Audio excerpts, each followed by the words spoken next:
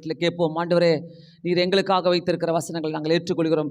நம்ம அனைவருமே வேதத்தை கரங்களில் எடுத்துக்கொள்வோம். நம்ம அனைவரும் ஆண்டவரை நோக்கி ஜெபிப்போமாக. பரலோகத்தின் தேவனே, இந்த வார்த்தைகள் உண்மை உள்ளவைகள் ஆண்டவரே. இந்த வார்த்தையின் மூலமாக எங்களோடு கூட பேசுங்க, எங்களை உடைங்க, எங்களை உருவாக்குங்க. ஆண்டவரே, நீ சர்வ வல்லமுள்ள தேவன், என்னை மறைத்துக் கொள்ளுங்க. இயேசுவின் நாமத்தாலே வேண்டிக் கொள்கிறேன் பிதாவே, ஆமென். தயவு செய்து உட்காரலாம். ஒவ்வொரு முறையும் நம் வார்த்தைகளை கேட்கும் போது அது எவ்வளோ பிரயோஜனமாக இருக்கிறது என்று ஆண்டவர் நமக்கு உணர்த்தி வருகிறார். ஒவ்வொரு காரியத்தை நம்ம படிக்கும்போது எதையோ ஒன்று கர்த்தர் ஒரு அற்புதத்தை செய்து கொண்டே இருக்கிறார். ஹல்லேலூயா. ஏதோ ஒரு அற்புதங்கள் நடந்து கொண்டே தான் இருக்கிறது இந்த உலகத்தில். ஆண்டவரை தேடினவங்க யாருமே வீணா போனதே கிடையாது. ஆமென். எத்தனை பேர் நம்புறீங்க? ஹல்லேலூயா, ஆமென். இன்னொன்று பார்த்தீங்கன்னா, ஆண்டவர் நம்மளை நேசிக்கிறார் என்றால் அவர் நம்மளை தேடிக்கிட்டு வர்றார். எத்தனை பேர் உணர்றீங்க? நம்ம யாருன்னா அவரை தேடிக்கிட்டு போனோமா? இல்லையே, அவர் தான் நம்மளை தேடிக்கிட்டு வந்தார். நீங்கள் எங்கே இருந்தீங்களோ அந்த இடத்துல கர்த்தர் உங்களை தொட்டார். ஆமென். இது யாருமே மறுக்கவே முடியாது. நம்ம அதுக்கப்புறம் தான் நம்ம அவரை தேடிக்கிட்டு நம்ம வரோம். அதுக்கப்புறம் தான் நம்ம அவரை தேடுறோம். அதுக்கப்புறம் தான் நம்ம ஜெபிக்க ஆரம்பிக்கிறோம், வேதத்தை வாசிக்கிறோம்.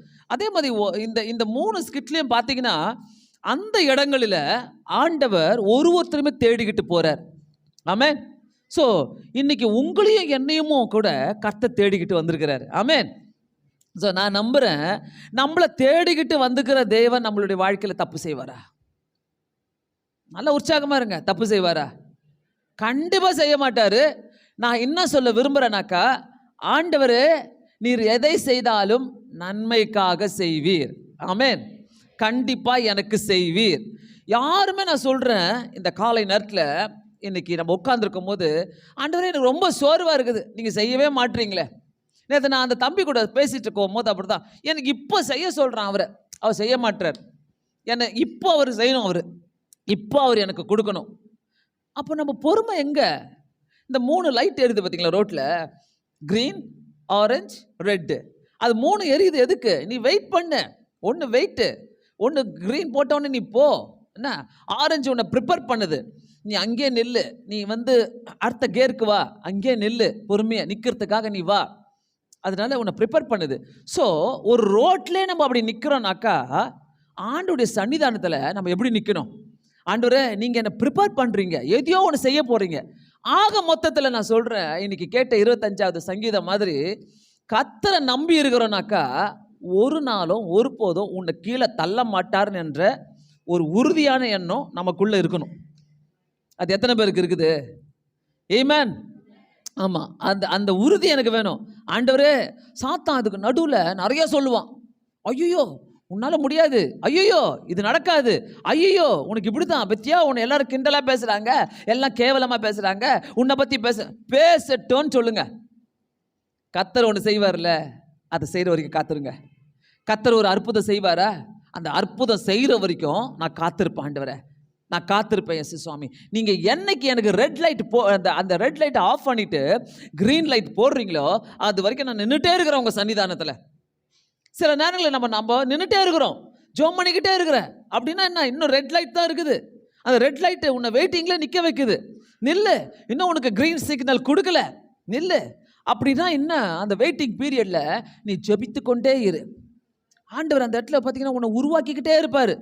ஒரு நாளும் சொல்கிறேன், விட்டு கொடுக்கவே கொடுக்காதீங்க ஆண்டவரை. ஒரு நாளும் எந்த சூழ்நிலை வரட்டும், உனக்கு பயங்கர வெறுப்பான சூழ்நிலைகள் வந்தால் கூட, ஆண்டவரே எனக்கு கசப்பான சூழ்நிலைகள் வந்தால் கூட, ஆண்டவரே என்னால் முடியல, ஆண்டவரே நீங்கள் தான். நம்ம என்ன பண்ணணும்னாக்கா, இந்த சின்ன குழந்தைங்க பார்த்தீங்கன்னாக்கா, என்னதான் பண்ணாலும் அம்மா வேணும், அம்மா தான் அப்படி கேட்டுகிட்டே இருக்குங்க குழந்தையா இருக்கும் போது. அந்த மாதிரி ஆண்டவரே நீங்கள் தான் எனக்கு தெரியாது, நீங்கள் தான். அவர் மேலே பழி போடுங்க, ஆனால் அவரையே பிடிச்சிக்கங்க. இந்த உறுதி ஒருத்தருக்கும் இருக்குதுனாக்கா, ஆண்டவர் நம்மளை ஏமாற்றவே மாட்டார், ஒரு நாளும் ஏமாற்ற மாட்டார். நம்ம தான் சொல்லிப்போம், ஆண்டவர் என்னை ஏமாற்றிட்டாரு, ஆண்டவர் என் கூட இல்லை, ஆண்டவர் என் கூட இல்லை, என்னை விட்டு போயிட்டாரு, எனக்கு பற்றி இப்படி ஆயிடுச்சு. சொல்லாதீங்க, ஒரு நாளும் சொல்லாதீங்க, ஒரு நாளும் என்னைக்குமே நினைக்காதீங்க. ஆண்டவர் நம்மளை விட்டு போகவே இல்லை. அல்லேலூயா. ஆண்டவர் நம்மளை விட்டு போகவே இல்லை, கூட தான் இருக்கிறாரு, பார்த்துட்டு தான் இருக்கிறாரு, நமக்கு செஞ்சுட்டு தான் இருக்கிறாரு எல்லாத்தையுமே. அதனால் ஆண்டவர் நான் விட்டு போயிட்டேன் அப்படின்னா நினைக்கவே நினைக்காதீங்க. ஒரே ஒரு கதையோடு நான் உங்களுக்கு ஆரம்பிக்க விரும்புகிறேன். விரும்புகிறேன். அதாவது இந்த கதையை நான் இந்த மிஷினரி முகாமில் நான் யூஸ் பண்ணேன். அது யூஸ் பண்ணப்போ நிறைய பேருக்கு அது ரொம்ப டச்சிங்காக இருந்தது. இலங்கை தேசத்தில் யாழ்ப்பாணத்தில் பகுதியில் ஒரு இந்து மனிதனாக ஒருத்தர் வாழ்ந்து கொண்டிருந்தார். அவர் ஆண்டவர் அறியாதவர். அவர் ஒரு ஃபேமஸான ஒரு கீர்த்தனையை எழுதியிருக்கிறார். இயேசு நேசிக்கிறார், இயேசு என்னையும் நேசிக்க யான் செய்த தவமோ என்ற ஒரு பாடலை, ரொம்ப அழகாக இருக்கும் அந்த பாடல். அந்த கீர்த்தனன்னு சொல்லுவாங்க சிஎஸ்ஐகளில், லுத்தரன் ஆலயங்களில் இது அதிகமாக பாடுகிற பாடல். இது என்ன, அது அந்த வரிகளே ரொம்ப அழகாக இருக்கும். இயேசு நேசிக்கிறார், இயேசு என்னையும் உன்னையும் நேசிக்க யான் செய்த தவமோ அப்படின்னு சொல்லி அந்த வரிகள் துவங்கும். அதை எழுதினவர் யார் பார்த்தீங்கன்னா, ஒரு இந்து மனிதன். அந்த பாட்டுக்கு கீழே போட்டிருக்கோம் ஒரு போர்ச்சுகீஸருடைய நேம் போட்டிருக்கோம், அவருடைய பெயர் போட்டிருக்கோம். ஆனால் அது அவருடைய உண்மையான பெயர் கிடையாது. அவருடைய உண்மையான பெயர் இந்த பாடலை எழுதினவருடைய உண்மையான பெயர் சண்முகநாதன். சண்முகநாதன் சொல்லப்படுகிற ஒரு இந்து மனிதன். அவர் அவருடைய வாழ்க்கையில் தூக்கு மேடைக்கு போகிறதுக்கு முன்பாக இந்த பாடலை எழுதினாராம். அவர் எப்படி தூக்கு மேடைக்கு போனார்ன்றதை நான் உங்களுக்கு சொல்ல போகிறேன். அவர் 2 கொலை செஞ்சவர். அதனால் அவரை ஜெயிலில் போட்டாங்க. அன்றைக்கி இருந்த அரசாங்கம் பார்த்தீங்கன்னாக்கா கடுமையான தண்டனை அவருக்கு வகுத்தது. அந்த அரசாங்கம் சொல்லிச்சு, உன்னை நாங்கள் ஜெயிலில் போட போகிறோம், அதாவது போட்டு அவருக்கு மரண தண்டனை கொடுக்க போகிறோம்னு சொல்லியிருந்தாங்க. ஆனால் இதுக்கு நடுவில் அவர் ஜெயிலில் இருக்கும் போது பார்த்தீங்கன்னாக்கா அவருக்கு ஒரு மனைவியும் ஒரு மகளும் இருந்தாங்க. அந்த மனைவி என்ன பண்ணாங்க, ஒரு வழக்கறிஞரை பார்த்து, ஐயா எப்படியாவது என்னுடைய கணவரை நீங்கள் காப்பாற்றி கொடுங்க அப்படின்னு சொல்லி கேட்டாங்க. அப்படின்னு சொல்லி கேட்டுட்டு தன்னுடைய தாலியை விற்று என்ன பண்ணாங்க, அந்த வழக்கறிஞருக்கு ஃபீஸை கொடுத்து அவர்கிட்ட கெஞ்சி கேட்டுக்கிட்டாங்க, எப்படியாவது என் மகளுக்கு அப்பா தேவை, எனக்கும் என்னுடைய கணவன் தேவைன்னு சொல்லிட்டு நீங்கள் கொண்டு வாங்க, அவரை வெளியே கொண்டு வந்துருங்க, எப்படியாச்சும் அவரை காப்பாற்றி கொடுங்கன்னு சொல்லி வழக்கறிஞர்கிட்ட கேட்டாங்க. வழக்கறிஞர் இதை கொண்டு போயிட்டு என்ன சொன்னார், அந்த நீதிபதிக்கிட்டையும் சொன்னார். அதாவது அந்த அம்மா கேட்டுக்கொண்ட உடனே இந்த வழக்கு ஒரு நாள் அப்படியே நாட்கள் போய்கொண்டிருக்கிற நாட்களில் வழக்கு ஒரு நாள் என்னாச்சு, கோர்ட்டுக்கு வரோம்ல, அப்படியே போயிட்டே இருக்குது. ஒரு நாள் போயிட்டே இருக்கும் போது அவர் ஜெயிலில் இருந்த நாட்களில் ஒரு நாள் தெய்வ மனிதர் அங்கே போகிறாரு. அங்கே போயிட்டு ஆண்டவரை பற்றி அவர்கிட்ட சொல்கிறார். ஆண்டவரை பற்றி சொல்லும் போது அந்த இடத்துல அவர் ரட்சிக்கப்பட்டு பாவ மன்னிப்பு கேட்குறாரு. அவர் சொன்னார் ஒரு வார்த்தை, ஆண்டவராகிய இயேசு கிறிஸ்து பாவத்தை மன்னிக்கிறவர், நீங்கள் மன்னிப்பு கேட்டால் அவர் மன்னிச்சிடுவார்னு சொன்ன உடனே இந்த வார்த்தை அவருக்கு ரொம்ப அவருக்கு சாதகமாக இருந்துச்சு. ஜெயிலில் இருக்கிறேன், நான் குற்றவாளி, ஆனால் என்ன ஆண்டவர் மன்னிக்கிறாரா, இப்படிப்பட்டவங்களை கூட மன்னிப்பாரா என்று சொல்லி அவர் கேட்ட உடனே அந்த இடத்துல அவர் உடனே அந்த ஆண்டவராகிய இயேசு கிறிஸ்துவை ஏற்றுக்கொண்டார். என்னை போல நிறைய கொலைக்காரங்களை ஆண்டவர் மாற்றிக்கிறாரு என்று கேள்விப்பட்டவுடனே இன்னும் அவருக்கு ஒரு நிச்சயம் வந்தது, ஆண்டவரை ஏற்றுக்கொண்டார். கடைசியாக அந்த வழக்கறிஞர் அந்த நீதிமன்றத்துக்கு நீதிபதியோடு நிற்கும் போது அந்த இடத்துல பார்த்தீங்கன்னாக்கா அவரை கொண்டு அந்த கூண்டுக்குள்ளே நிற்க வச்சு கேட்டாங்க.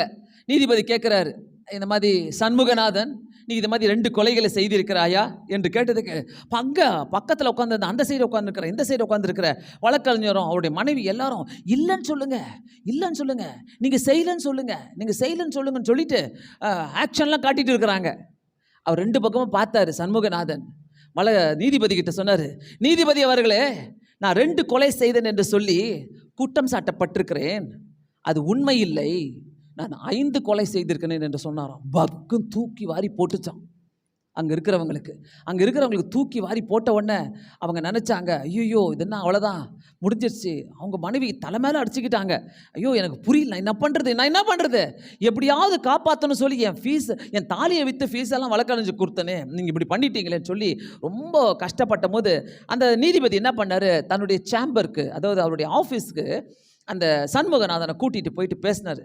தவிரப்பா, நான் ஒரு புத்த மதத்தை சேர்ந்தவன், ஆனால் நீ இப்படி எனக்கு உங்கள் வழக்கறிஞர் மூலமாக நான் கேள்விப்பட்டேன், உங்கள் மனைவி எல்லாத்தையும் சொல்லியிருந்தாங்க, நான் கேள்விப்பட்டேன், உன்னை காப்பாற்றணும் தான் வந்தேன், ஆனால் நீ 5 கொலை செஞ்சிட்டேன்னு சொன்ன உடனே என்னால் உன்னை புரிஞ்சிக்கவே முடியல, நான் என்ன செய்கிறதுன்னு தெரியல, சட்டம் தான், நான் சட்டத்தை மீறி போக முடியாதுன்னு சொல்லிட்டு அந்த இடத்துல பார்த்தீங்கன்னா அந்த இடத்துல சண்முகநாதன் தன்னுடைய சாட்சியை பகிர்ந்து கொண்டார் அந்த நீதிபதி கிட்ட. சார், ஒரு நிமிஷம் சார், என்னுடைய ஆவிக்குரிய ஜீவியத்தில் நான் நினச்சேன், நான் கொலை செஞ்சதுனால ஜெயிலில் என்னை மன்னிக்க முடியாது, நீதிபதி என்னை மன்னிக்க முடியாது, யாருமே என்னை மன்னிக்க முடியாது நினச்சேன். ஆனால் எனக்குன்னு ஒருத்தர் சிலுவையில் அறையப்பட்டார், அவர் என்னை மன்னிச்சார் சார். அதனால் அந்த மன்னிப்பின் நிச்சயத்தோடு நான் இருக்கிறேன் சார். அந்த மன்னிப்பின் நிச்சயம் எனக்கு இருக்கும் போது என் பாவங்களை மன்னிச்சிட்டாரு சார். என் பாவங்களை மன்னித்தாரு. ஒரு நாள் சிறையில் இருக்கும் போது அந்த ராத்திரியில் நான் அந்த இயேசுவை நான் ஏற்றுக்கொண்டேன் சார். என் பாவங்களை மன்னித்தவர் நான் ஏற்றுக்கொண்டேன். அந்த இயேசு கிறிஸ்து என் பாவங்களை மன்னித்தார் என்ற ஒரு நிச்சயத்தோடு நான் இருக்கிறதுனால தான் நான் 5 கொலை செய்தேன்னு சொல்லி நான் ஏற்றுக்கிட்டேன் சார். ஆடி போயிட்டாரு.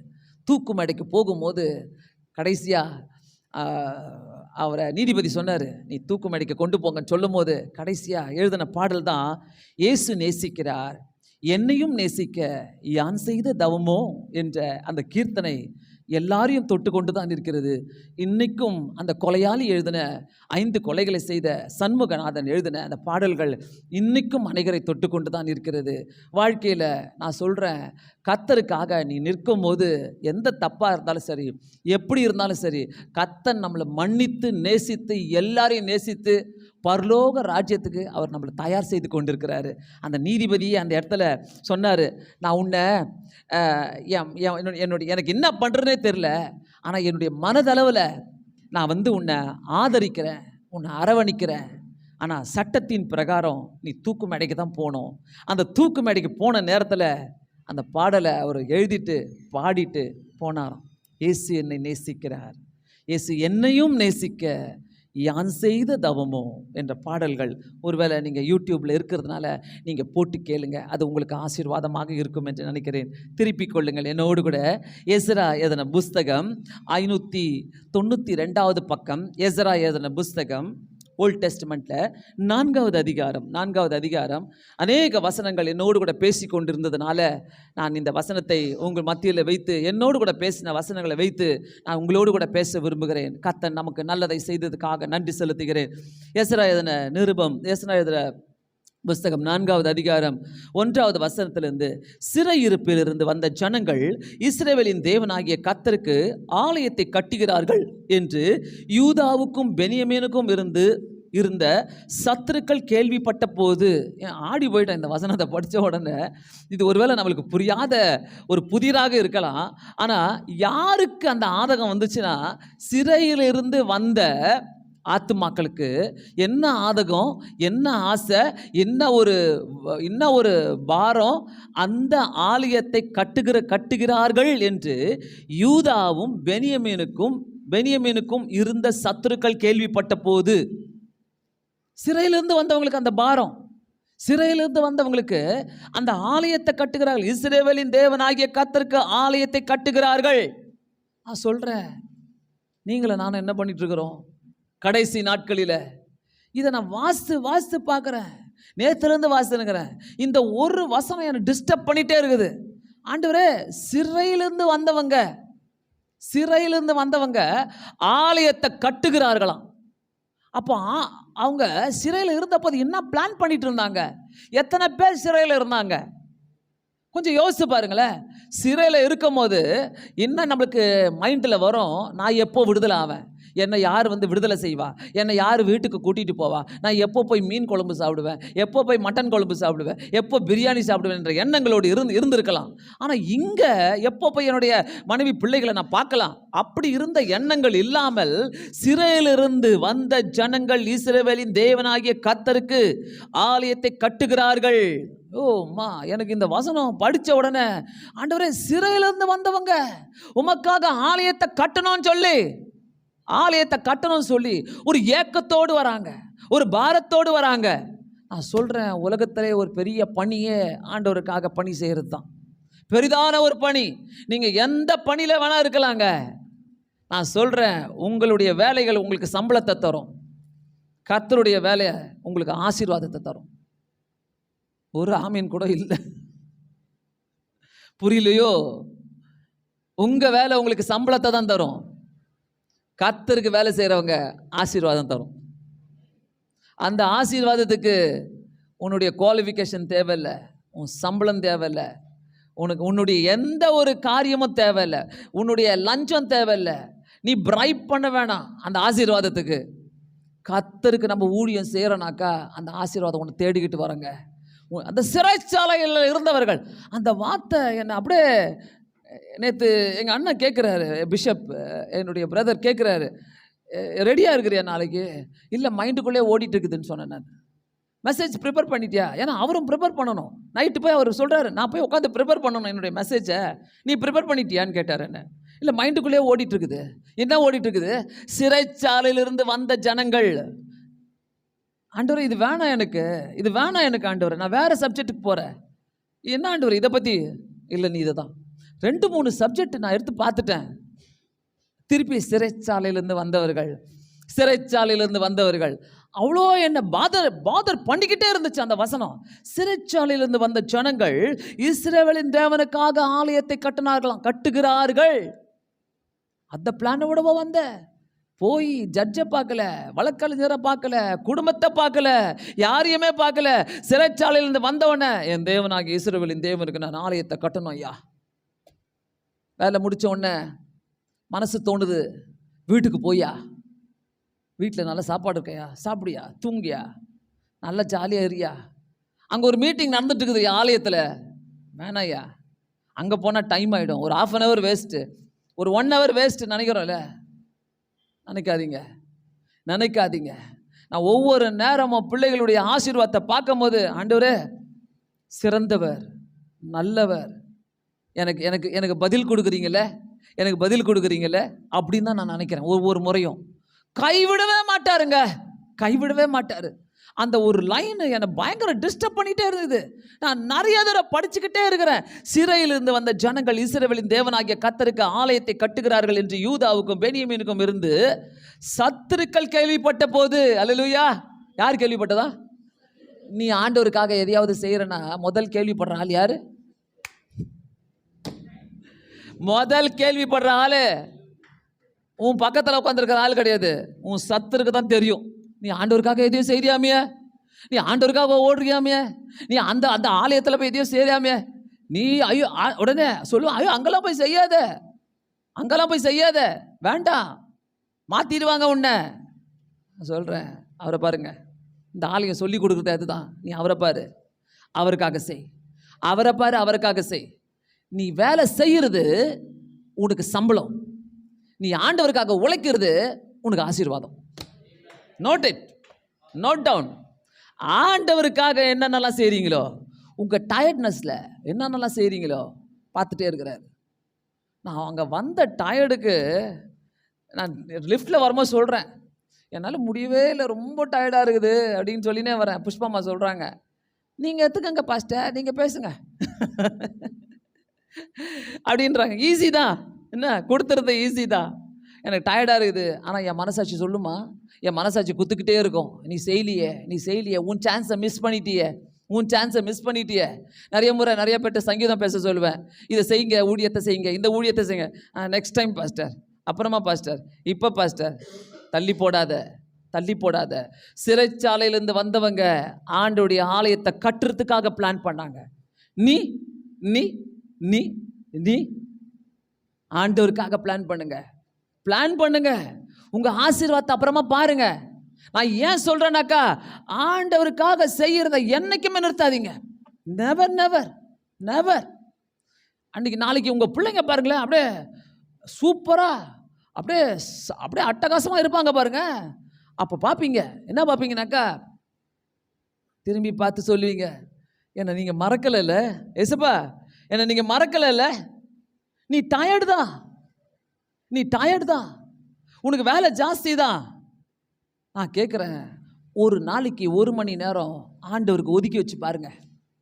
ஆண்டவரே இது உமக்கு தான் ஆண்டவரே, ஒதுக்கி வச்சு பாருங்க. உன்னுடைய வீடு நிரம்பி வழியறத்தக்கதாக உங்களை ஆசீர்வதிப்பார் கர்த்தர். நிரம்பி, சாதாரண வார்த்தை இல்லை இது, நிரம்பி. திரும்ப சொல்கிறேன், அலட்சியமாக எடுத்துக்கிறீங்க நிறைய பேர் ஆண்டோடைய ஊழியத்தை. சிறைச்சாலையிலிருந்து வந்தவங்க ஆலயத்தை கட்டுவதற்காக. அடுத்த வசனம் போகலாம். அவர்கள் செருபாபேலிடத்துக்கும் தலைவரான பிதாக்களிடத்துக்கும் வந்து உங்களோடு கூட நாங்களும் கட்டுவோம். சத்துரு கேள்விப்பட்ட போது அங்கே என்ன நடக்குது பாருங்களேன், உங்கள் கூட சேர்ந்து நாங்களும் கட்டுவோம். நீ செய்கிறத பார்த்து இன்னொருத்தர் வந்து சொல்லணும், நீ மட்டும் செய்கிறிய சர்ச்சில், நானும் செய்கிறேன். அந்த அளவுக்கு செய்யுங்க ஆண்டவருக்கு, அந்த அளவுக்கு செய்யுங்க ஆண்டவருக்கு. நான் சொன்னா இன்னைக்கு மட்டும் சேரை தூக்கி போடுவீங்க, அது கேட்கல. அது கேட்கல. நான் கேட்குற விஷயமே ஆண்டவருக்காக தொடர்ந்து செய், தொடர்ந்து செய். வில்லியம் ஒரு 3 பால் பேக்கெட்டை தூக்கிட்டு 4 பேக்கெட் உட்காந்து வந்து ஒன்று வேற ஓடிவிட்டு இருக்குது. அதை பின்னாடியே தீபிகா தூக்கிட்டு வராங்க. ஓடி வரார் பால் பேக்கெட்டை தூக்கிட்டு. நான் நினச்சேன், ஆண்டவரே இந்த மனுஷன் எத்தனை வாரமா எத்தனை வருஷமா சலிக்காமல் டீ போட்டுகிட்டே இருக்கிறாரு. பார்த்துக்கிட்டு நினச்சிக்கிட்டேன் மனசில். ஆனால் எல்லாத்தையும் சேர்த்து வச்சு தருவீங்கல்ல, தாங்க, நல்லது ஆண்டவரே. அவருக்கு தெரியாது. செஞ்சுக்கிட்டே இரு ஆண்டவருக்கு, நான் ஸ்டாப். உன்னை யாரும் பார்க்க வேணாம். ஆண்டவர்கிட்ட அநேக நேரங்களில் நான் கெஞ்சுற நேரம் என்னன்னா, ஆண்டவரே நான் செய்கிறத யாரும் பார்க்க வேணாம், நான் இதை உமக்கு செய்கிறேன்னு சொல்லிட்டு யாரும் பார்க்க வேணாம், என்னை யாரும் ப்ரைஸ் பண்ண வேணாம் ஆண்டவரே, என்னை மறைச்சிக்குங்க, என்னை மறைச்சிக்குங்க. நீங்கள் மகிமைப்பட்டால் போதும், நீங்கள் மகிமைப்பட்டால் போதும். தயவு செய்து சொல்கிறேன், easy method to earn your blessings இதுதான். ஈஸி மெத்தட், வேறு எதுவுமே இல்லை. நிறைய பேர் சரிங்க, ஒருவேளை நான் வில்லியம் நான் யூஸ் பண்ணதுனால தப்பாக நினச்சிக்காதீங்க. இந்த சபையில் நிறைய பேர் செஞ்சுட்டுக்கு தான் இருக்கிறீங்க ஆண்டவருக்காக. ஆனால் நான் சொல்கிறேன், ஊழியோன்னு போகும்போது நிறுத்தவே நிறுத்தாதீங்க. நீங்கள் அப்படிப்பட்ட ஒரு டூலாக மாறிட்டீங்கனாக்கா, நீங்கள் அப்படிப்பட்ட ஒரு ஆளாக நீங்கள் மாறிட்டீங்கனாக்கா, உங்கள் பின்னாடியே ஆட்கள் வந்துக்கிட்டே இருப்பாங்க. உங்கள் பின்னாடியே வந்துட்டு இருப்பாங்க. நீங்கள் சிரிக்க கூட டயர்ட் ஆகிடுவீங்க எல்லாரையும் பார்த்து. அந்த அளவுக்கு கர்த்தர் உங்களை பிஸியாக வைப்பார். ஏன்னா அந்த தாகத்தை கர்த்தர் பார்த்துக்கிட்டே இருக்கிறாரு, அந்த ஒரு ஏக்கத்தை கர்த்தர் பார்த்துக்கிட்டே இருக்கிறாரு. கர்த்தருக்கு நான் ஒன்றுமே செய்யாமல் என் பிரச்சனையில் மட்டும் கர்த்தர் வந்து என்னை உதவி செய்யணும்னு நினச்சிங்கன்னா லாங் கேப் ஆகிடும். அதனால் உங்களோடு கூட நாங்களும் கட்டுவோம், உங்களைப் போல நாங்களும் உங்கள் தேவனை நாடுவோம். ஒருத்தருடைய வாழ்க்கை அப்படியே மாற்றுது பாருங்க. நான் கேட்குறேன், இன்னைக்கு காலையில் கேள்வி, யாராவது நம்மளை பார்த்து இப்படி சொல்லியிருக்கிறாங்களா? உங்களை போலவே நாங்கள் உங்கள் தேவனை ஆராதிக்கிறோம், உங்களை போலவே நாங்கள் சர்ச்சுக்கு வரோம், உங்களை போலவே நாங்கள் ஜெபிக்க போகிறோம், உங்களை போலவே நாங்கள் இருப்போம், உங்களை போலவே நாங்களும் உங்கள் தேவனை நாடுவோம். ரொம்ப தோடப்பட்டேன் நான் இந்த வார்த்தையை கேட்டுட்டு. ஆண்டவரே, என்னை பார்க்குறவங்க என்ன நினைக்கிறாங்க ஆண்டவரே? என்னை போல வராங்களா? என்கிட்ட உங்களை நாடிக்கிட்டு வராங்களா? உங்களை போலவே நாங்களும் உங்கள் தேவனை நாடுவோம். சொல்லுங்க, உங்களை போலவே நாங்களும் யாருடைய தேவனை சத்தமா சொல்லுங்க. அந்த மாதிரி வாழ்கிறோமா? அந்த மாதிரி வாழ்க்கையை நம்ம வாழ்கிறோமா? கொஞ்சம் யோசித்து பார்க்கலாமா? என் காரியம் சரியான போதும், என் வாழ்க்கை சரியான போதும், என் பிரச்சனை ஒழிஞ்சா போதும். நான் சொல்கிறேன், இன்னொருத்தருடைய பிரச்சனையை பாருங்க, இன்னொருத்தருடைய காரியத்தை பாருங்க, இன்னொருத்தருடைய கண்ணீரை பாருங்க. கர்த்தர் மாற்றி போடுவார். ஒவ்வொரு சூழ்நிலையை மாற்றி போடுவார். உங்கள்கிட்ட வந்து கேட்பாங்க, எப்படி ஜெபம் பண்ணுறீங்க, எப்படி ஆத்மாதாயம் பண்ணுறீங்க, என்ன செய்கிறீங்க, எப்படி வாழ்ந்துட்டு இருக்கிறீங்க? உங்களைப் போல உங்களோடு கூட நாங்களும் வந்து கட்டுவோம், ஒருத்தர் நம்ம ஆலயத்தில் இருக்கிறோம்னாக்கா நம்மளை போல என்னை பார்த்துட்டு வந்து கட்டணுங்க. நான் அவங்கள மாதிரி ஆடக்கூடாது, நான் அவங்கள மாதிரி இருக்கக்கூடாது, நான் அவங்கள மாதிரி பழகக்கூடாது, நான் அவங்கள மாதிரி பேசக்கூடாது. நான் என் பேச்சில் வித்தியாசம் இருக்கணும், என் நடக்கையில் வித்தியாசம் இருக்கணும், என்னுடைய எல்லா சூழ்நிலையில் வித்தியாசம் இருக்கணும். ஏன்னா அப்போதான் அந்த சத்துரு கேள்விப்படும் போது, சத்துரு தாங்க முதல் கேள்விப்படுவான். சத்துரு கேள்விப்படுவாங்க, அப்படியே போட்டு அமுக்குவான். காலையில் எழுந்திரிச்சு கிளம்பணும் நீங்கள் சர்ச்சுக்கு, நைட்டு 11 மணி 12 மணிக்கு உனக்கு தெரியுமா ஒரு நியூஸ் வரும். நான் என்ன சொல்கிறேன், சத்துருவை பேச விடுங்க, சத்துருவை ஆட விடுங்க. சத்துரு என்ன வேணா செய்யட்டுங்க, கர்த்தரை நம்புறவங்களை ஒருபோதும் கைவிட மாட்டார், என்னைக்குமே கைவிட மாட்டார். ஆனால் நீ தலையாட்டிக்கிட்டு உட்காந்துருக்காத. நீ என்ன செய்கிற கர்த்தருக்காக? உன்னை பார்த்து மற்றவங்க சொல்லுவாங்களா? நாங்களும் கட்டுவோம், உங்களை போல உங்கள் தேவனை நாடுவோம். இதுதான் இன்னைக்கு தேவை. இன்னைக்கு தேவையே இதுதான். ஒவ்வொருத்தருடைய வாழ்க்கைக்கு இன்னைக்கு தேவையாத உங்களை போல நாங்களும் உங்கள் தேவனை நாடுவோம். வேணும், அந்த வார்த்தை வேணுங்க. வேணும். இவ்விடத்துக்கு எங்களை வரப்பண்ணின அசீரியாவின் ராஜாவாகிய எஸ்ராத்தேரின் நாட்கள் முதற்கொண்டு அவருக்கு நாங்கள் பலியிட்டு வருகிறோம் என்று அவர்களோடு சொன்னார்கள். அதற்கு செருபாபேலும் யெசுவாவும் இஸ்ரவேலின் மற்றுமுள்ள தலைவருமான பிதாக்களும் அவர்களை நோக்கி, எங்கள் தேவனுக்கு ஆலயத்தை கட்டுகிறதுக்கு உங்களுக்கும் எங்களுக்கும் சம்பந்தம் இல்லை சொல்லுவாங்க தான். உங்களுக்கும் எனக்கும் ஒத்து வராது சொல்லுவாங்க தான். அவங்க விசுவாசம் எனக்கு ஒத்து வராது, அவங்க டீச்சிங் எனக்கு ஒத்து வராது, அவங்களுடைய மெத்தட் எனக்கு ஒத்து வராது. ஒத்து வரலன்னா பரவாயில்ல, ஒத்து வரலன்னா பரவாயில்ல, நான் போகிற வழியில் தான் போவோம். ஏன்னா எனக்குன்னு ஒரு குரூப்பை கர்த்தர் வச்சிருப்பார், எனக்குன்னு ஒரு ஆத்மாவை வச்சிருப்பார். அந்த ஆத்மா வந்து கேட்கும், உங்களை போலவே நாங்களும் உங்கள் தேவனை நாடுவோம். ஹல்லேலூயா, ஹல்லேலூயா. உங்களை போலவே நாங்களும் உங்கள் தேவனை நாடுவோம். பெரியவருங்க, அசத்துவாருங்க. நினச்சிக்கிட்ட அவர் அசத்துவார். உன்னை வச்சு அசத்துவார், உன் வாழ்க்கையை வச்சு அசத்துவார். வேற காரியம் இல்லை. வாங்க, தேவனுக்கு ஆலயத்தை கட்டுகிறதற்கு உங்களுக்கும் எங்களுக்கும் சம்பந்தம் இல்லை.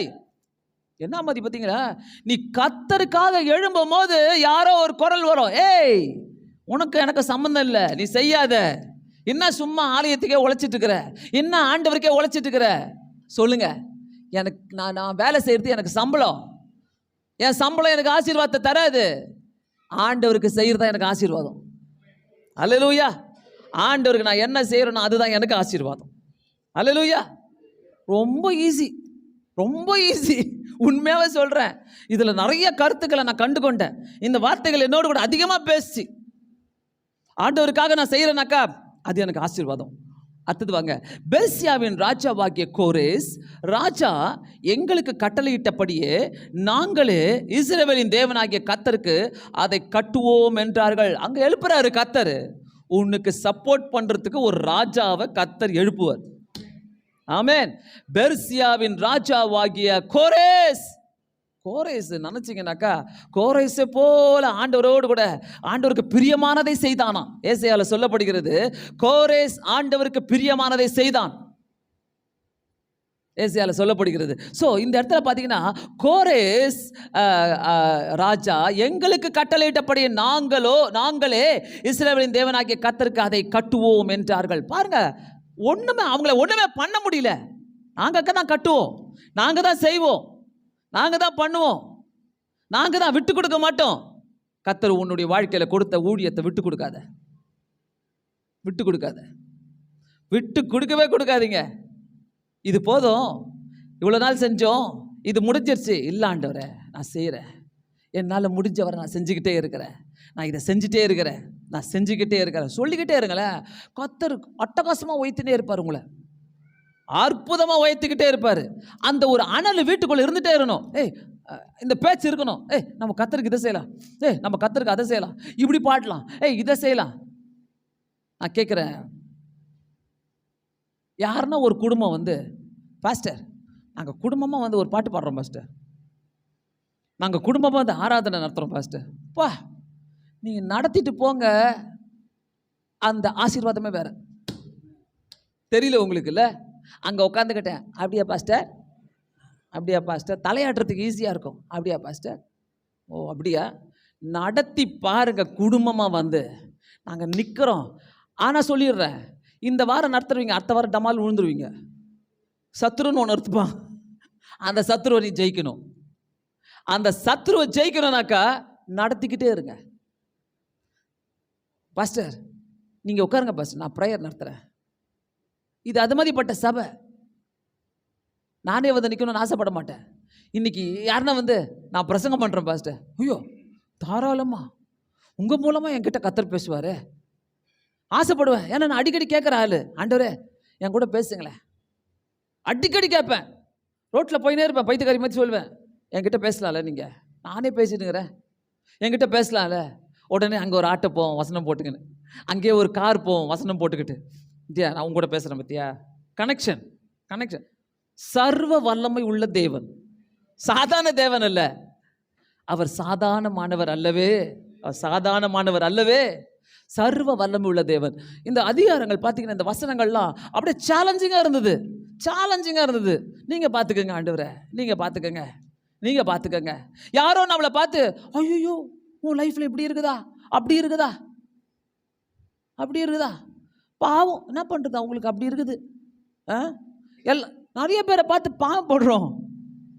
உன்னை பார்த்து நீ பாவம் படுன்ற, நான் உன்னை குறித்து பாவம் படு. நான் ஆண்டவருக்கு என்ன செய்கிறேன், நான் ஆண்டவர் முன்னாடி எப்படி இருக்கிறேன், நான் ஆண்டவருக்காக நான் எப்படி வாழ்கிறேன். வாலிப பிள்ளைங்களாம் ஆண்டவருக்கு செய்ய ஆரம்பிச்சிட்டிங்க, உங்களை போல ஆசீர்வாதம். என் வயசுலலாம் பார்த்தீங்கன்னா இப்படி தான் பேசுவீங்க, இப்படி தான் பேசிகிட்டு இருப்பீங்க. அங்கே போய் சொல்லிட்டு இருந்தேன், இந்தியா மேப்பை போட்டு நான் ஜோம் பண்ணேன் சின்ன வயசில், 17 வயசில் ஆண்டவர் இந்தியா ஃபுல்லாக காட்டிட்டார் கூட்டின்னு போயிட்டு. ரொம்ப உஷாராயிட்டேன். வேர்ல்டு மேப்பை போட்டுக்கினேன். அதுக்கு அடுத்தது சிரிக்கிறாங்க, அவங்களாம் தெரியாது, இந்த காரியெல்லாம் புரியாது. வேர்ல்டு மேப்பை போட்டு என்னாச்சு, எல்லாம் கண்ணு விரிஞ்சு பார்க்குது, என்னாச்சு, அப்புறம் என்னாச்சு பாஸ்டர், என்னாச்சு, வேர்ல்டா போயிட்டு வந்துட்டேன், ஒரு 15 கண்ட்ரிக்கு மேலே சுற்றிட்டு வந்துட்டேன். எதுக்கு, ஊர் சுத்தவா? இல்லை, ஆண்டவரை பற்றி சொல்ல. இந்த டெக்னிக்கை எப்பயோ சொல்லி கொடுத்தாங்களே உன் பாஸ்டரு, நீ அன்னைக்குன்னா செஞ்சியான்னு கர்த்தர் அவருடைய வருகையில் கேட்பார். எத்தனை பேர் செஞ்சு இருக்கிறீங்க? ஒரே ஒரு கை. இந்தியா மேப்பை போட்டு ஜோம் பண்ணுங்க, அயோத்தியாவுக்கு போயிட்டு வர மாட்டீங்க, இந்தியா ஃபுல்லாக போயிட்டு வருவீங்க. இந்தியா ஃபுல்லாக ஃப்ரீயாக போயிட்டு வந்தேன் நான். என் பைசாவை நான் ஒரு நாள் கூட ஸ்பெண்ட் பண்ணல, ஃப்ரீயாக போயிட்டு வந்தேன். அதுவும் ட்ரக்கில் போவோம், காரில் போவோம், வித்தியாசமான ஆட்களோடு கூட போவோம், உலகம் ஃபுல்லாக இருக்கிற ஆட்களோடு கூட ஊழியத்துக்கு போவோம். ரொம்ப ஜாலியாக இருக்கும், ரொம்ப சந்தோஷமாக இருக்கும். இப்படிப்பட்ட ஒரு வாழ்க்கையை கர்த்தர் கொடுத்தாரு அப்படின்ட்டு அப்படி இருக்கும். நிறைய பேர் உட்காந்த இடத்துல நீ வா ஏசப்பா, நீ வா, கா கா கா வந்துச்சு பத்தியா, ஏசாமி வந்துட்டாரு. நிறைய பேருக்கு அப்படிதான், என்ன கா கான்னு காக்கா கத்தின்னு வந்துச்சுன்னா இன்னைக்கு கர்த்தர் வந்துட்டாரு. போய் ஒரு உருண்டை சோறு வச்சுட்டு வந்துடுறதுக்கு தாத்தா வந்துக்கிறாரு. இன்னைக்கு ஏதோ நல்ல செய்தி வரப்போகுது, வீட்டில் ஒன்று தீர்க்கதரிசி இருக்கும், பொய்யான தீர்க்கதரிசி, அது சொல்லும். வீட்டில் காக்கா வந்துருச்சு இன்னைக்கு, என்ன இந்த பொய்யான தீர்க்கதரிசிக்கு வீட்டில் நிறையா இருக்காங்க, பொய் சொல்லிக்கினே இருக்காங்க. காக்கா வந்தால் ஒரு ஒரு ஒரு ஒரு கதை கட்டுவாங்க, புலி வந்தால் ஒரு கதை கட்டுவாங்க, நாய் வந்தால் ஒரு கதை கட்டுவாங்க. அது கலர் வேற, வெள்ளை பூனை வந்தால் இது நடக்கும், கருப்பு பூனை வந்தால் இது நடக்கும். அட பாவீங்களா, உலகத்தையே நாசம் பண்ணுறீங்களே, உலகத்தையே நாசம் பண்ணிட்டு இருக்கிறாங்க. கட்டுக்கதைகளை கட்டி நம்பாதீங்க. வாலிப பிள்ளைங்களாம் பார்த்து சொல்லு, இந்த ஆயாங்க சொல்கிற கட்டுக்கதைலாம் நம்பாது, சொல்லு வாலிப பிள்ளைங்க சொல்லு. உங்கள் ஆயா சொல்லித்தரோம், பாட்டி சொல்லித்தரோம், அந்த கட்டுக்கதைலாம் நம்பாத. பல்லி எப்படி கத்தோம், பல்லி நாய் கத்துறது, அது போடு தலையில், நாய் கத்துற முதல்ல கத்துற, பல்லி கத்தணும்னு போதும். ஐயோ கெட்ட சகுனம்னா என்னன்னு கேட்குறேன். ஃபஸ்ட்டு அந்த வார்த்தைக்கு அர்த்தம் தெரியுமா? அதுவும் தெரியாது. நல்ல சகுனம் கெட்ட சகுனம். உங்களெல்லாம் ரோட்டில் கிளியை வச்சு நாயை வச்சு உட்கார வச்சிடணும். சொல்லுங்கடா தீர்க்க தரிசனம் சொல்லுங்கன்ட்டு. என்ன பொய்யான தீர்க்க தரிசனங்கள் எல்லாமே, பொய்யான கட்டுக்கதைகளை கட்டிக்கிட்டு ஆண்டவர் சொல்கிறாரு. சிறைச்சாலையில் இருந்துட்டு வந்திருக்கிறாங்க, ஆலயத்தை தான் நாங்கள் கட்டுவோம்னு சொல்லிட்டு வராங்க. அங்கே சத்துரு எழும்புறான். சத்துரு கேள்விப்பட்ட போது அவங்க சொல்கிறாங்க, இன்னும் ஸ்ட்ராங் ஆகிட்டாங்க, உங்களோடு கூட நாங்களும் சேர்ந்து கட்டுவோம், உங்கள் தேவனை நாங்களும் வணங்குவோம். இதாங்க கிறிஸ்தவ வாழ்க்கை. வாழ்ந்து பாருங்களேன், ஈஸி மெத்தடை நான் சொல்லித்தரேன். ஆண்டவருக்காக வாழ்ந்து பாருங்க. எங்கே போனாலும் யார் வந்தாலும் நீங்கள் எந்த கடவுளை கும்பிட்றீங்க, நீங்கள் யார்கிட்ட வணங்குறீங்க, என்னாச்சு ஏதாச்சு, ஏசுன்னு ஒருத்தர் இருக்கிறார் தெரியுமா, போட்டு விட்டு வந்துட்டே இருங்க, போட்டு விட்டு வந்துட்டே இருங்க, பேசி பாருங்க, ஆண்டவர் கிரியை செய்வார். இல்லைன்னா ஒரு 5 ஆத்மா பேரை எழுதி பைபிளில் வச்சுக்கோங்க. ஆண்டவரே எனக்கு தெரியாது, இந்த பேரை சொல்லி ஜெபம் பண்ணுங்க, இந்த 5 ஆத்மாவை நீங்கள் மாற்றணும் ஆண்டவரே, மாற்றுங்க ஆண்டவரே, இந்த 5 ஆத்மா எனக்கு தேவை. அதெல்லாம் செய்யறதில்ல. என் ப்ரேயர் ரெக்வஸ்ட் மட்டும் இதில் இருக்கும். ஆண்டவரே என்னுடைய கணவனை காப்பாற்றுவோம், என்னுடைய மனைவிக்கு ஒரு 10 லட்சம் தரவும், என்னுடைய பிள்ளைக்கு ஆண்டவரே கவர்மெண்ட் ஜாபை தரவும். வேற என்ன ப்ரேயர் ரெக்வஸ்ட்? ஆண்டவர் எனக்கு ஒரு கார் கண்டிப்பாக சொல்கிறேன், நீ 5 பேரை எழுதி வச்சாதான் இதெல்லாம் நடக்கும். உன் ப்ரேயர் ரெக்வஸ்ட் எடுத்து பாருங்க. நான் நல்லா படிக்க வேண்டும், நான் தான் கிளாஸ்லேயே ஹையஸ்ட் வரணும், எல்லாரும் என்னை பார்த்து பொறாமைப்படணும். கடவுளே, இந்த மாதிரி ப்ரேயர் ரெக்வஸ்ட் ஆண்டவர் எழுத சொன்னார் ஆண்டவர். என்னைங்க எடுத்து பாருங்க உங்கள் ப்ரேயர் ரெக்வஸ்ட்டை. எல்லாரும் இப்போல்லாம் கொடுக்குறத நிறுத்தி விட்டேன். திவ்யா தீபிகா பேப்பர் தருவாங்க, எல்லாருக்கும் வெள்ளை பேப்பர் நல்லா இந்த சைஸுக்கு தருவாங்க. ப்ரேயர் பாயிண்ட் எழுத உட்காந்து யோசிக்கோங்க. ஆண்டவரே ஒரு 5 ஏக்கரை ஒரு 5 ஏக்கரை தாங்க ஆண்டவரே. ஆண்டவரே அந்த சைடு ஒரு 10 ஏக்கரை தந்துருங்க ஆண்டவரே. என் பிள்ளைக்கு ஒரு அந்த 5 ஏக்கர், இன்னொரு பிள்ளைக்கு ஒரு 5 ஏக்கர் தந்துருங்க ஆண்டவரே. ஏக்கரை தருவார், உனக்கு ஏங்க வச்சுன்னு உட்காந்துப்பாரு. ஏக்கரம் தரமாட்டாரு, எந்த குக்கரும் தரமாட்டார் அவர், தெரியுமா? ஏக்கருன்னு போயிட்டு எல்லாம் குக்கரை தான் ஆயிடுச்சு, வெடிச்சு போய் கிடக்குது, எல்லாம் வெடிஞ்சு போய் கிடக்குது. யோசித்து பாருங்க, இத்தனை ஏக்கர் தெரியுமா எனக்கு, அத்தனை ஏக்கர் இருக்குது தெரியுமா? நீ எத்தனை ஏக்கரை வச்சு நான் தூக்கிட்டா போகிற உலகத்துலேருந்து, எடுத்துட்டா போகிற, உன் கூட நடந்து வரப்போகுது அந்த ஏக்கர்லாம்? ஒன்றும் வராது, எதுவுமே வராது. இருக்கிற ஒரு 800 ஸ்கொயர் ஃபீட் கூட உன் கூட வராது. எல்லாம் புரிஞ்சுக்கங்க. நீ எழுதி வைக்கிற ப்ரேயர் பாயிண்ட், ஆண்டவரே நான் மற்றவங்களுக்காக ஜெபிக்கணும் ஆண்டவரே, நான் மற்றவங்களுக்காக நிற்கிறேன் ஆண்டவரே, உங்களைப் போல நாங்களும் உங்கள் தேவனை நாடுவோம். ஆமென். உங்களைப் போல அந்த லெவலுக்கு நீங்க வாங்க, அந்த லெவலுக்கு. ஒரு சண்முகநாதன் 2 கொலை இல்லையா, நான் 5 கொலை செஞ்சேன் சொல்லிட்டு அந்த தண்டனைக்கு போகும்போது கடைசியா இயேசு நேசிக்கிறார், என்னையும் நேசிக்க யான் செய்த தவமோ என்ற பாடலை எழுதிட்டு போறார். நான் சொல்றேன், வெறுமையா போகாதீங்க, இந்த உலகத்தை விட்டு வெறுமையா யாருமே போகாதீங்க. ஆண்டவரே எதையாச்சும் செய்ய வைங்கப்பா, உங்களுக்காக எதையாச்சும் செய்ய வைங்கப்பா, எதையாச்சும் நான் செய்யணும்பா, எதையாச்சும்பா, தயவு செய்துப்பா. நீங்க செய்யாத பட்சத்தில் என்ன நடக்குதுன்னு யோசித்து பார்த்தீங்களா? அந்த அந்த அந்த கண்டினியூஸா பிரச்சனை என்ற மிஷின் வேலை செஞ்சுனே இருக்கும். பிரச்சனை பிரச்சனை பிரச்சனை பிரச்சனை பிரச்சனை, மண்டே பிரச்சனை, சண்டே பிரச்சனை, டியூஸ்டே பிரச்சனை, அப்படியே வரும் வரிசை 7 நாட்கள் பிரச்சனை ஓடிக்கிட்டே இருக்கும் மிஷின், நான் ஸ்டாப். கர்த்தருக்காக இறங்கி செஞ்சு பாருங்களேன், எங்கேயா பிரச்சனை காணோம்? எங்க போச்சு அந்த பிரச்சனை? இருக்கும், உன்கிட்ட வராது, உன்கிட்ட வராது. ஸோ நினச்சி பாருங்க, ஆண்டவரே நான் உயர்த்தப்படணும்னா ஒரு ஸ்டேட்மெண்ட் சொன்னல, உங்கள் சம்பளம் உங்களுக்கு, நீங்கள் வேலை செஞ்சா உங்களுக்கு, நீங்கள் ஆண்டவருக்கு செஞ்சா மறக்காதீங்க, நீங்கள் வேலை செஞ்சா, நீங்கள் ஆண்டவருக்கு செஞ்சா ஓடிவா, ஓடிவாங்க. அடுத்தது வாங்க, அதனால் அந்த தேசத்துக்கு ஜனங்கள் யூதா ஜனத்தின் கைகளை தளர பண்ணி கட்டாதபடி அவர்களை சங்கடப்படுத்தி. நீ ஆண்டவருக்கு வரும்போதெல்லாம் உனக்கு சங்கடப்படுத்துறதுக்கு ஒரு குரூப் இருக்கும், உன்னை டவுன் பண்ணி பேச ஒரு குரூப் இருக்கும், உன்னை கேவலமாக பேச ஒரு குரூப் இருக்கும். ஒரு அந்த நேரத்தில் நம்ம எல்லாம் மனுஷங்கள்ல, அந்த நேரத்தில் நம்ம என்ன தெரியுமா சொன்னோம், சே எப்படி பேசிட்டாங்களே, சே எப்படி பண்ணிட்டாங்கல்ல, எனக்கு ஒரு அசால்ட்டான வார்த்தையை கொடுத்துருக்கிறார் கர்த்தர், அடவே விடு சொல்லின்னு போட்டோம், கொஞ்சம் வசனப்படுவேன், அப்புறம் சொல்லின்னு போட்டோம் போ விட்டுருவேன். நீ என்னதான் என் கைகளை தளர பண்ணாலும் சரி, எங்களை சங்கடப்படுத்தினாலும் சரி, நான் கர்த்தருக்காக உழைச்சிட்டே இருப்பேன். ஆமென். நான் கர்த்தருக்காக ஏதாவது செய்துக்கிட்டே இருப்பேன். ஆமென். ஆண்டவர் எதனா ஒரு சான்ஸை கொடுக்குறான்னா யூஸ் பண்ணிக்கோங்க. நீங்க தான் கர்த்தர் சொல்றார், நீ தான் ஆண்டவருக்காக உபயோகப்படுத்திக்கோ, ஆண்டவருக்காக உபயோகப்படுத்திக்கோ. பெத்சிபா, அடுத்தது பாருங்க 5வது வசனம், பெர்சியாவின் ராஜாவாகிய கோரேசின் காலம் முழுவதும் தரியு என்னும் பெர்சியா ராஜா அரசாண்ட காலம் மட்டும் அவர்கள் யோசனை அவத்தமாக்கும்படி அவர்களுக்கு விரோதமாய் ஆலோசனைக்காரர்கள் கைகூலி கட்டினார்களாம். அவங்க செய்கிற வரைக்கும் அவங்க நாட்களில் கைக்கூலியாளர்களை வச்சு செய்ய வச்சாங்க, கைக்கூலியாளர்களை வச்சு செய்ய வச்சாங்க. செய்யுங்க, இதை பண்ணுங்க, அதை பண்ணுங்க. கைக்கூலினா வரட்டும், கால் கூலினா வரட்டும், நான் செய்கிறத நான் செஞ்சுக்கிட்டே இருப்பேன் ஆண்டவருக்காக. பயமே இல்லையா?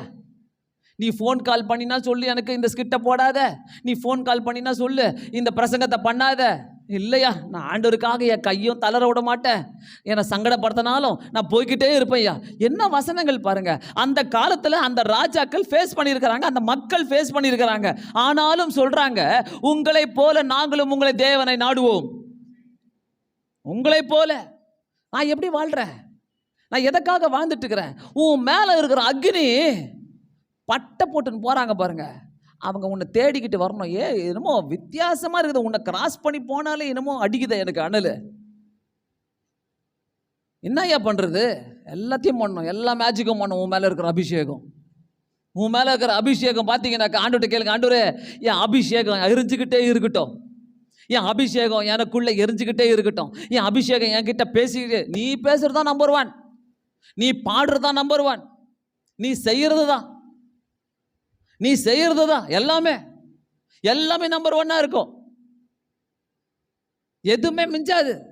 ஆண்டவர் செய்யவே மாட்டார், எல்லாத்தையும் நமக்கு அற்புதமாக செய்து கொடுப்பாரு. ஏன்னா அவங்க சொல்கிறாங்க பாருங்க, அந்த அந்த அந்த இடத்துல பாருங்க, 10வது வசனம், பெரியவரும் பேர் பெற்றவருமான அஸ்னாபர் அவ்விடத்திலிருந்து அழைத்து கொண்டு வந்தபோது சமாரியாவின் பட்டணத்திலே குடியேறி பண்ணின மற்ற ஜனங்களுக்கும் நதிக்கும் இப்பாலே இருக்கிற மற்ற ஜனங்களுக்குமே பாருங்க, அங்க இருக்கிற எல்லா ஜனங்களுக்கும், நதிக்கு அப்பா இருக்கிறவங்களுக்கும் நதிக்கு இப்பா இருக்கிறவங்களுக்கும் இந்த செய்தி போகுது. என்ன செய்தி? அவர்கள் உங்களைப் போலவே நாங்களும் தேவனை நாடுவோம், உங்க கூட வந்து நாங்கள் ஆலயத்தை கட்டுவோம். அந்த செய்தி போயிட்டே இருக்குது. அதுக்கு 14வது வசனத்தில், இப்பொழுதும் நாங்கள் அரண்மனை உப்பு தின்கிறபடியினால் ராஜாவுக்கு குறைவர பார்த்திருக்கிற எங்களுக்கு அடாத காரியம் ஆகியால் நாங்கள் இதை அனுப்பி ராஜாவுக்கு தெரியப்படுத்துகிறோம். என்னென்னலாம் போராட்டம் பண்றாங்க பாருங்க, என்னென்னலாம் செய்யறாங்க பாருங்க, எப்படிலாம். நாங்கள் சிறைச்சாலைக்கு போறதுக்கு முன்பாக இந்த அரண்மனையுடைய உப்பை தின்னுருக்கிறோம் ஐயா. நாங்கள் நிற்போம் அந்த ஆண்டவருக்காக நிற்போம். நான் சொல்கிறேன், எந்த சூழ்நிலை வந்தாலும் எப்படி வந்தாலும், ஆண்டவரே நான் உமக்காக நிற்கிற ஆண்டவரே, உமக்காக வாழ்கிற ஆண்டவரே, உமக்காக ஜெயிக்கிற ஆண்டவரே. நான் சொல்கிறேன், எல்லா நேரங்களும் ஒரே நேரமாக இருக்காது. சில நேரங்கள் நம்மளோட கரங்களை விட்டு போயிடும், சில காலங்கள் நமக்கு கிடைக்காது. நீங்கள் நினச்சிட்டீங்க good start, very good start. நான் சொல்கிறேன், ஆண்டவருடைய சித்தமா? ஆண்டவர் அதை செய்கிறாரா? ஆண்டவர் உங்கள் மேலே நோக்கம் வச்சிருக்கிறாரா? அவர் ஆசீர்வதிக்கிறார் என்றால், நான் எதையோ ஆண்டவருக்காக நான் செஞ்சுட்டு இருக்கிறேன், அதனால தான் இந்த ஆசீர்வாதம். இந்த வார்த்தை தான் உங்கள் வாயிலேருந்து வரணும். நான் எதையோ ஆண்டவருக்காக செஞ்சுட்டு இருக்கிறேன், அதனால தான் இந்த ஆசீர்வாதம். ஆலயத்துக்கு வந்திருக்கிறீங்கன்னா, ஆண்டவரே என்னப்பா எனக்கு எதனா செய்யுங்கப்பா. ஒரு யூனிவர்சிட்டிக்குள்ளே போனால் அதை படிக்கணும், இதை படிக்கணும், அங்கே போயிடணும், இதை கற்றுக்கணும், அதை கற்றுக்கணும், அந்த ப்ரொஃபஸர் இருப்பார், இந்த ப்ரொஃபஸர் இருப்பார். ஒரு ஆஃபீஸ்க்குள்ளே போயிட்டா, ஐயோ அவங்க ரொம்ப பெரியவங்களாமே, ஐயோ அவங்களோட அவங்க பெரியவங்களாமே, அவங்கள பிடிச்சா நல்ல நடக்காம, இவங்கள பிடிச்சா. நான் சொன்னேன், கர்த்தருடைய கரத்தை பிடிங்க. உன் ஸ்டைலே வேற, உன்னுடைய பேச்சே வேற, உன் நடக்கையே வேற, உன்னுடைய அர்ப்பணிப்பே வேற, உனக்காக பேசுகிற வார்த்தைகளே வேற. எந்த சத்துரு வந்தாலும் ஜெயிக்கவே முடியாது. நான் சொல்லுவேன், சத்துரு பேசிக்கிட்டே இரு. நம்ம கூட இருந்து நிறைய பேரால செய்ய முடியாதுங்க. கர்த்தர் உங்களுக்கு அந்த பாக்கியத்தை கொடுத்துருக்கிறாரு. ஆண்டவருக்காக பாருங்க, ஒரு கூட்டம் தான், ஒரு சின்ன கூட்டம் தான் இருக்கும். பிசாசுக்காக பெரிய கூட்டமே இருக்கும். உன்னை கீழே தள்ளுறதுக்கு ஒரு சத்துரு கூட்டமே இருக்கும். சத்துருக்களால் கேள்விப்பட்ட போது ஆண்டவருக்கு செய்யும் போது உங்களுக்கு கெட்ட பேர் வருதுன்னா, நீ ஆண்டவருக்காக எதையோ செஞ்சுட்டு இருக்கிறீங்கன்னு அர்த்தம். நீங்க நல்லா இல்லைனாக்கா, நீங்க வந்து துக்கப்படுறீங்கனாக்கா, நீங்க ஆண்டவருக்காக எதையோ செஞ்சுட்டு இருக்கிறீங்கன்னு அர்த்தம். செய்யுங்க, தொடர்ந்து செய்யுங்க. ஆண்டவரே என்னை எடுத்து உபயோகப்படுத்திக்கங்க. அதான் சொல்றேனே, எல்லா காலகட்டங்களும் ஒரே மாதிரி இருக்காது, ஒரு நேரங்களும் ஒரே மாதிரி இருக்காது. ஆண்டவரே என்னை எடுத்து உபயோகப்படுத்துங்கப்பா, என்னை எடுத்து உபயோகப்படுத்த. நான் எங்கே தேவைப்படுறேன், என்னை எடுத்து உபயோகப்படுத்துங்கப்பா. நான் தேவை ஆண்டவரே, என்னை எடுத்து உபயோகப்படுத்துங்க. நான் நடக்காத இடத்துல நான் ஒவ்வொரு இடத்துலையும் எங்கே நிற்கிறேனோ, ப்ரஷ் பண்ண போவேன் பாத்ரூமில், அங்கே போய் ஆண்டவரே என்னை உபயோகப்படுத்திடுங்க, கிச்சனில் என்னை உபயோகப்படுத்திடுங்க, நான் உமக்காக செய்யணும். நிறைய பேர் நான் பார்க்குறேன், நீங்கள் அதிலே சாட்டிஸ்ஃபைடு. ஓகே இந்த சம்பளம் வருதா, இந்த சாப்பாடு கிடைக்குதா, இப்படி இருக்கிறோமா, இது நல்லா இருக்குது, போதும். நான் சொல்கிறேன், இதுக்கு மேலே கர்த்தர் ஆசீர்வதிக்கிற தேவனாக இருக்கிறாரு. இதுக்கு மேலே உன்னை உயர்த்த வல்லவராக இருக்கிறாரு. இதுக்கு மேலே உனக்கு பெரிதான காரியங்களை செய்ய வல்லவராக இருக்கிறாரு. உண்மையாகவே சொல்கிறேன், எந்தெந்த இடங்களில் நம்ம வைராக்கியமாக நிற்கிறோமோ, அப்பா பேரண்ட்ஸ் உடைய ஜபங்கள் ரொம்ப முக்கியம். சாபத்தை மட்டும் சேர்த்து வைக்காதீங்க உங்கள் பிள்ளைகளுக்கு, தயவு செய்து சொல்கிறேன். ஐயோ ஆண்டவரே அது மட்டும் வேணாம் ஐயா, என் பிள்ளைகளுக்கு வெறும் ஆண்டவரே நல்ல ஆசீர்வாதத்தை கொடுங்க ஆண்டவரே, சாபத்துக்குள்ளே போயிடக்கூடாது ஆண்டவரே. கெஞ்சுங்க ஆண்டவர்கிட்ட, முழங்கால் போட்டு கெஞ்சுங்க, சரண்டர் ஆகுங்க ஆண்டவர்கிட்ட. வேண்டாம் ஆண்டவரே என் பிள்ளைங்களுக்கு ஆண்டவரே சாபம் வேண்டாம், ஆசீர்வாதமாக இருக்கணும். அவங்களுக்கு ஒன்றுனா நம்ம தாங்க மாட்டோங்க. அவங்களுக்கு ஒரு சின்ன ஒரு அடிபட்டால் கூட நம்ம தாங்க மாட்டோம். வீட்டுக்குள்ளே ஒரு சமாதானம் வேணும்னாக்கா, வீட்டுக்குள்ளே ஒரு சந்தோஷம் வேணும்னாக்கா, நான் கர்த்தருக்காக எதையோ செஞ்சுட்டு போனேங்க, நான் கர்த்தருக்காக எதையோ செய்யணுங்க, நான் கர்த்தருக்காக பேசணுங்க. நிறைய பேருக்கு அந்த தைரியமே இல்லை, அந்த டெக்னிக்கே தெரியல, அந்த டெக்னிக் தெரியல. ஆனால் இங்கே சொல்லப்படுத்து பாருங்க, நாங்கள் உங்கள் கூட வந்து கட்டுவோம், உங்களை போல உங்கள் தேவனை நாங்கள் நாடுவோம். நம்மளை பார்த்து சொல்லட்டோம், ஆண்டவரே நீர் வாரும் ஐயா, நீர் வாரும். நிறைய போய் படிங்க, அந்த அதிகாரங்களில் நிறைய வசனங்கள் இருக்குது. அவ்வளோ பெரிய அற்புதங்களை ஆண்டவர் செய்திருக்கிறாரு. ஒரு நாளும் கைவிட மாட்டார். எல்லாத்துக்கும் மேலே ஜெபங்களை பண்ணும்போது ஆண்டவர் அவ்வளோ அற்புதம் செய்வார். அன்னைக்கு தெபோராவை கூட்டிகிட்டு வந்தாங்க, அவங்களுடைய திருமண நாள் அன்னைக்கு. ரொம்ப ஆச்சரியப்பட்டோம் நாங்கள். தெபோரா ஒரு தெளிவான ஒரு முகம். பாஸ்டர் பாய்னாரு, பாய் நல்லா சொல்லிட்டு அப்புறம் சியூ கூட அவங்க அம்மா அப்பா இல்லை, இங்கே நின்றுட்டு இருக்கிறாங்க. பாய் சியூ, அவ்வளோ ஒரு தெளிவான வார்த்தை, அவ்வளோ அழகாக நாங்கள் பார்த்து நிறைய முறை டெய்லி பேசிகிட்டே இருந்தோம் தெபோராவை பற்றி. ஏன்னா நிறைய காரியங்கள் நாங்கள் பேசியிருக்கிறோம் அவருடைய தாய் தகப்பனாரோடு கூட. நாங்கள் அந்த நேரங்களில் அன்னைக்கு பார்க்கும்போது அவ்வளோ ஒரு ஆச்சரியத்தை கர்த்தர் கொடுத்தாரு. ஒரு நாளும் கைவிட மாட்டார். உங்கள் கண்ணீர் தயவுசெய்து வாங்க, இக்னோர் பண்ணாதீங்க, நெக்லெக்ட் பண்ணாதீங்க ஊழியங்களை. ஆண்டவருக்காக எங்கன்னா ஊழியம் பண்ண, பாஸ்டர் நான் வரேன் பாஸ்டர், நான் வரேன் பாஸ்டர், அடுத்த வாரம் ஊழியம் போகிறோம்மா, நான் வரேன் பாஸ்டர், நான் வரேன். அது என்ன தெரியுமா? அதான் ஆசீர்வாதம், அதான் ஆசீர்வாதம், அதான் ஆசீர்வாதம். வாங்க உங்களுக்கு 1 லட்சம் தரேன்னு சொன்னால் நீங்கள் ஓடுறீங்களே, அது காணா போயிடும். ஆசீர்வாதம் நிலைத்து நிற்கும், ஸ்ட்ராங்காக நிற்கும் உங்கள் கூடவே. கர்த்தர் ஆசீர்வதிக்கிட்டோம். இந்த டெக்னிக்கை தேடுங்க. ஆண்டவரே, எங்களுக்கு வராத அவமானங்களா, எங்களுக்கு வராத சத்துருக்களா, எங்களுக்கு வராத பேச்சுகளா, ஆனாலும் நான் சொல்லுவேன், எதுக்காக?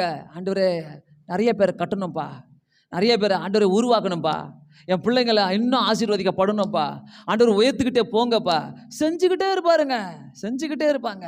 நம்ம கேட்காத அளவுக்கு செய்கிற தேவன் அவர். கண்களை மூடி ஜெபிப்போம். பரலோக பிதாவே, ஆண்டவரே அவர்களைப் போல நாங்கள் அவர்களுடைய தேவனை நாடுவோம். சொன்ன வார்த்தைக்காக ஸ்தோத்திரம். எல்லாவற்றையும் நாங்கள் மூழ்கடிக்கிறோம் ஆண்டவரே, எல்லா சத்துருக்களையும் நாங்கள் மூழ்கடிக்கிறோம் ஐயா. உமக்காக மட்டும் நிற்க எங்களுக்கு உதவி செய்யுங்க. வல்லமையான வாழ்க்கையை கொடுங்க, ஆசீர்வதிங்க. இயேசுவின் நாமத்தினாலே வேண்டிக் கொள்கிறேன் பிதாவே, ஆமென்.